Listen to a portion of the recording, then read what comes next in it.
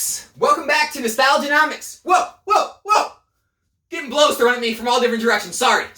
So, I gotta talk about it. I try to stay out of it. I try to stay out of all the debates, but consistently I get pulled into them. I get people sending me Instagram messages with video links telling me to react to them, and I show up in live streams chats and I constantly get pelted with messages and telling me to react to certain videos or what do I think of this or that.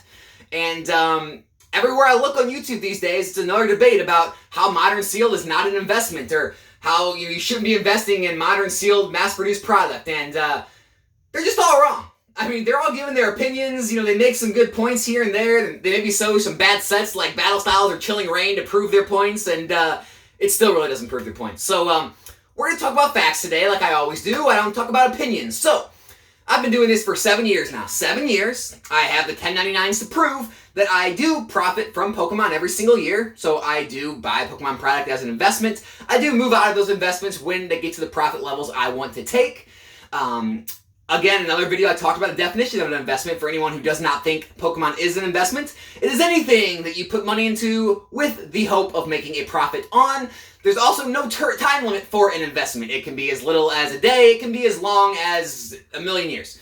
But anything you move into with the intention of making a profit is an investment, and there is no time frame to make that an investment. Keep that in mind. Okay, so SM Pratt was first, and now Mason, Cardinal Gaming's got a huge YouTube channel. He owns a physical card shop location. He came out and said mass-produced modern product is not investable. He, said, maybe some of the special sets or special products, they might be somewhat investable, but just not right away. And he's wrong. He's wrong. I mean, those are good opinions. He does have years of experience in the hobby. He does own a card shop, but let's take what a card shop owner does, right? They order product from a distributor, and their main concern is trying to sell that product as fast as possible, get their profits, and then they can use those profits to continue to run the business, take an income for themselves, and then consistently buy new product and rinse and repeat and roll the product out again and again. They're not in this for the investment side. Most of them aren't. I'm not sure if Mason does even invest in product long term. He may not. I don't know how closely he watches the secondary market after products have aged and they're not new anymore. But I don't talk about opinions here. I talk about facts. Like I said, I've been doing this 7 years. And it continues to work today. So I'm not talking about anything I bought prior to this year. I'm going to talk about things I bought this year to make it fair. So, mass-produced product. Evolving Skies ETBs. Very mass-produced in all the Walmarts, Targets, GameStops probably. I'm not sure. It was all over internet. It's everywhere, right? You can buy Evolving Skies ETBs anywhere. Bought these back in February. Literally 3 months ago or less for $375 a case. That's $37.50 a box. Right now, they are not only listed, but selling at $65 to $70 in ETB. Meaning, $375 cases are now worth $650 to $700. We are talking about an 80% to 90% gain in just over 3 months. Now, even if you took the eBay fees and the shipping and all that out, you're still looking, 50, 60% gain? I mean, you'd be lucky to do that in a regular traditional investment in years. Pokemon is seeing that in months. Months! And again, just a mass-produced product. Nothing special about this. Anyone can get it. Moving on. I actually did a video on Fates Collide pre-release kits. Again, readily available. The same listing that I bought from, I actually left a link to that same seller on the video that I talked about these on. You could have messaged the seller, made the same deal I did. I made a deal for 20 of these at $28 a piece. So that's $280 for a set of 10. If you sell right now, they're going for around $37 to $40. So if you sold, these boxes at a set of 10, it'd be $370 compared to the $280 I paid. Not the craziest gains, but again, you'd still be up even after fees and shipping. You're still up 20, 30, 40%? I'm not sure the exact numbers, but literally in months. I did this video like a month and a half, 2 months ago.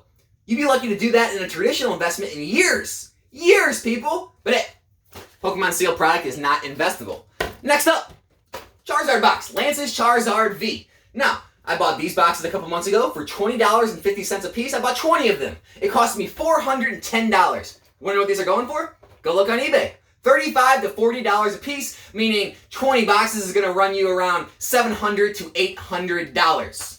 All right, so you're talking I spent $410. You could get about, $700 to $800. So you're talking, 80 to 100% gain, even after shipping and fees. If you sold them by quantities, not by singles, you still be looking at around, 50, 60, 70% gain, even after the fees? Not too bad. Again, low price point. Anyone can buy this. In all the big box stores. Anyone could pick these up like I did. I don't have distribution. I'm just a regular guy on eBay shopping like everyone else.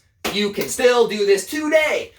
Moving on. Celebrations collector's chests. Did a video on these. Recommended them. I bought them when I recommended them at $1.99 a case. Right now they're selling for $290 a case, meaning that's a $90 gain or somewhere around a 45% gain. Even if you sold them, had to pay shipping and fees, still probably be 20-30% gain right now. Again, 20-30%, that's like an amazing year. That was like a 2020 year in the stock market on a mutual fund, okay? Right now you'd be down. So to make 20% on an item in a matter of months is unreal gains. But Pokemon's not investable.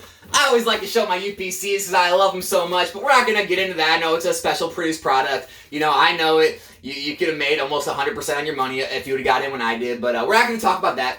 My point is that there's all these items I've been buying that they're almost all up. Now, yeah, Battle Styles, Chilling Reign, Fusion Strike booster boxes, they're even, maybe a little down, maybe a little up, not much growth, but the growth you see in the other items you're buying offsets the no growth or low growth or negative growth, and you're up overall. Modern sealed product, no matter if it's mass released, a special set, certain products, it is investable. I've been doing this 7 years. Consistent returns for 7 years. Even back when things weren't moving very much during 2016 to 2020, I was still making money. Why? Because products have a life cycle. When they come out of the gate, they're low. No one wants them. No one wants to touch them. They don't see any movement. What happens? They start to be bought out. They get opened by the masses. They get opened on YouTube, on Twitch, on whatnot now. And the supply starts to dry up. Pokemon can't get or doesn't get the reprints out fast enough, so the prices start to rise. As the prices start to rise, it catches collectors and investors' eyes. Then they want to start buying because they see the supply running out and the price is rising, which makes it a self-fulfilling prophecy. The prices rise more, and then you can either get out, take some profits, you can hold long-term. A reprint may come where it may,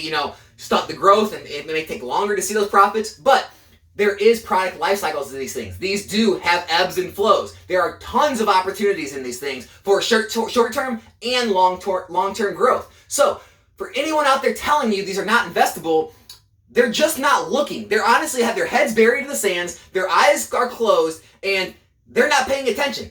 Because I've literally bought all the products I showed you this year. All right? January, February, some even in March of this year, and you've seen the gains. 30, 40, 50, 60, 70, 80, 100%. 100% on some of these. Another thing that really kind of just gets my blood boiling is single collectors and slab collectors fail to see scarcity in sealed product. I think it's because they don't like the boxes. The boxes mean nothing to them. The packaging, they don't get it, and so they fail to see it. So they say, I would never collect a box. I want the card. I want to open the packs and get the cards inside. That's what Pokemon's meant for. Maybe that's what the game's meant for and what most collectors liked back in the day, but a lot of collectors actually like the sealed products now. Not only that, they understand pop reports, right? The slab people, they understand pop reports, right? So they understand why a PSA 10 is worth money because it has so many less graded and it's very scarce, right? So why don't they understand scarcity when it comes to sealed product? I see this comment so many times like, oh, those black and white, those EX boxes, they're not worth that much money. The cards inside aren't even that valuable. It's scarcity, okay? When a sealed product begins to sell out, there's less than 100 available on the market, the prices rise. The prices on sealed product at some point become detached from the value of the cards inside. You're not paying for the value of the cards, you're paying for the scarcity of the sealed item. Just like you're paying for the scarcity of a PSA 10 or a very, rare card like a Japanese promo or a trophy card. You're paying for the rarity and the scarcity, right? So even though sealed product doesn't have rarity because it's mass produced, it does eventually have scarcity, okay? Over time, after all the reprints are done, the product gets opened, it gets put into permanent collections, it gets ripped by pack breakers on whatnot, YouTube, Twitch, kids in general, regular people in general, or it gets damaged, whatever it may be, and mint sealed product becomes scarce. That's what pushes the prices up far beyond what the value of the cards inside are. And so, I don't know why there's this disconnect from slab collectors to modern sealed collector, or any sealed collector, because it's the same reason that prices rise. It's scarcity. It always has been, and it always will be. Now, I understand there's a lot of smart people in this community. I understand there's a lot of banter back and forth of why this and that. At the end of the day, guys, Pokemon is Pokemon. Why would you want to bet against any aspect of Pokemon? All right, if one area of Pokemon is doing well, it obviously carries up the rest of the areas of Pokemon. You know, a rising tide rises all ships, right? And so I don't understand why this debate continues. I don't know why there's so much hate put on modern product. I don't know why so many people want to push people away from modern sealed product when I've showed you what I have. I showed you the gains. I'll link a video. I will link my video of where I actually take the spreadsheets and show you what I paid, what they're worth now, what you'd get if you sold, and the gains you would have made just this year. I mean, it wouldn't even be fair to take you back past this year and show you my holdings of Sun and Moon and XY. That's not even fair at this point because it'd be seen as unrealistic expectations, right? Because I'm hundreds and hundreds, sometimes thousands of % up on some of those items. And so, yeah, I agree. That's unrealistic to say that Sword and Shield is going to get there anytime soon or as fast as Sun and Moon and XY did. But at the same time, those are very real gains. I can show you the purchase orders, what I paid for that stuff. I can show you what I have sold and what they are worth now. So I can prove it. I can prove all my gains, okay? It's provable. You know, I have 1099s to prove my profits. So I don't know why there's all these opinions out there that modern isn't investable because I've done it for 7 years. I continue to do it today. It continues to work. You can do it too. You don't need distribution. You can buy them straight off eBay or open marketplaces, and the prices rise over time. You can sell them right back on eBay or other open marketplaces. It doesn't take rocket science, and I think that's the biggest issue that a lot of the vintage and slab and single collectors have is that they don't like that anyone can do it. They don't like the fact that it doesn't take skill or, you don't have to have as much knowledge like they do of all these, vintage cards and all these errors and these Japanese exclusives and how they were released and how many copies there are. They don't like that. And, it's okay. That's fine. They can, enjoy the hobby the way they want. And we should not, anyone who likes modern sealed should not, care about that, just like they should not care about people getting into modern sealed. Now, I know there's always that conversation about people getting hurt and, they're going to lose money. And, hey, you could lose money in anything. You could lose money in your house, in your car. You could lose money with anything in life. Okay, so, yes, obviously there's always risks. There's risks in the stock market. There's risks in Pokemon. There's risks in anything out there. But the fact is, I still stand behind that even modern sealed product is less risky than most every Pokemon product out there because if you're getting in at or under retail, we don't see these products fall very far below retail before they stabilize and eventually rise in the future. Or stabilize and stay stagnant like Battle Styles or Chilling Reign has. So I think there's less risk in Modern Sealed. I think there's a lot more track record of growth with Modern Sealed over time. I think the scarcity aspect always comes into play over time as more product gets opened, damaged, put into permanent collections, disappears from the market.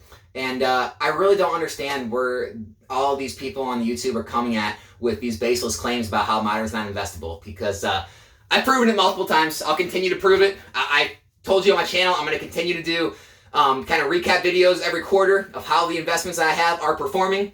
Yeah, we'll just go from there. And maybe we'll be making these videos still in 1 year, 2 years, 3 years, and we'll still be saying the same stuff. Hey, I still know people that were, going kicking and screaming into the 21st century, didn't want to get rid of their VCRs because they didn't want a DVD player. They kept walking around with their CD players because they didn't want to buy an iPod. They kept shopping at Blockbuster or Redbox because they didn't want to get on Netflix and Hulu, right? There's always those people. And I think we're in their same position in Pokemon. People don't want to give up their views on vintage, even though they see how well modern continues to perform because they're just stuck in their ways. And I think it's a detriment to the community if I don't make these videos and I don't give the counter arguments and I don't give the facts because if you listen to all the biggest voices out there, you're going to be steered wrong right now, and I truly believe that. So, again, this isn't investment advice. Don't take investment advice from a guy in his closet talking about Pokemon and finances. Consult a real investment advisor. I'm just showing what has worked for me, what could work for you in the future. So, hope everyone enjoyed the video. If you haven't subscribed to the channel, consider subscribing. My name is Alex. This is Nostalgianomics. I'll be back here with a new video soon. I'm out.